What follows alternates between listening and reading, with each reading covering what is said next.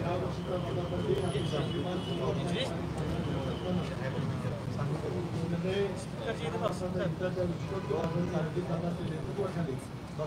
लोकशाहीच्या माध्यमातून आम्ही लोकांनी सर्व मंडळींनी त्याला महाराष्ट्रातून सुद्धा फार मोठ्या प्रमाणात पाठवत आहे.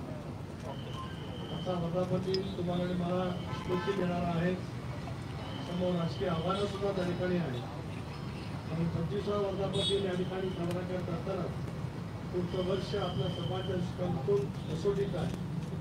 महाराष्ट्राची विचारधारा शाहू फुले आंबेडकरांची सामाजिक समता आणि वैचारिक संस्कृती त्याचा पाया स्वर्गीय चव्हाण साहेबांनी 1 मे 1960 साली संयुक्त महाराष्ट्राचा मंगल कलश आणल्यापासून तो निर्माण केला.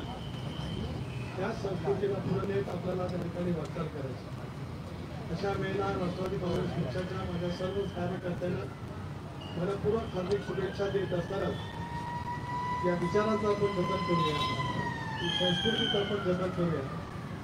भले कुणी किती जरी असलाके शब्दामध्ये टीका करण्याचा प्रयत्न केला गेला तरी आपण सारेजण स्वर्गीय चव्हाण साहेबांच्या विचारांचे खरेखुरे मारवणार आहोत. आणि आदरणीय दादांच्या नेतृत्वाखाली संपूर्ण महाराष्ट्र पूर्ण ताकदीने पूर्ण क्षमतेने उभा करत असताना आपल्याला सर्वांनाच खूप मोठ्या प्रमाणात या ठिकाणी चुकून देऊन काम करावं लागणार आहे.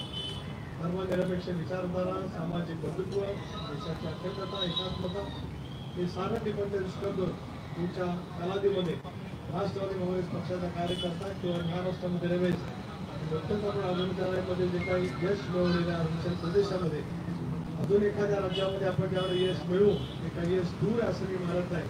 पुन्हा एकदा 26वा वर्धापन दिन ज्यावेळेला साजरा करू त्यावेळेला राष्ट्रीय स्तरावरची निवडणूक आयोगाची मान्यता मिळवूनच करू असा निर्धार करणं हेच आमचा वर्धापन दिनाचं उद्दिष्ट.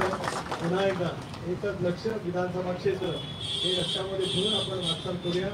त्या सर्व कार्यकर्त्यांना, महाराष्ट्रातील सर्व कार्यकर्त्यांना माझ्या मनपूर्वक हार्दिक राष्ट्रवादी काँग्रेस पक्षाच्या वर्धापन दिनाच्या शुभेच्छा.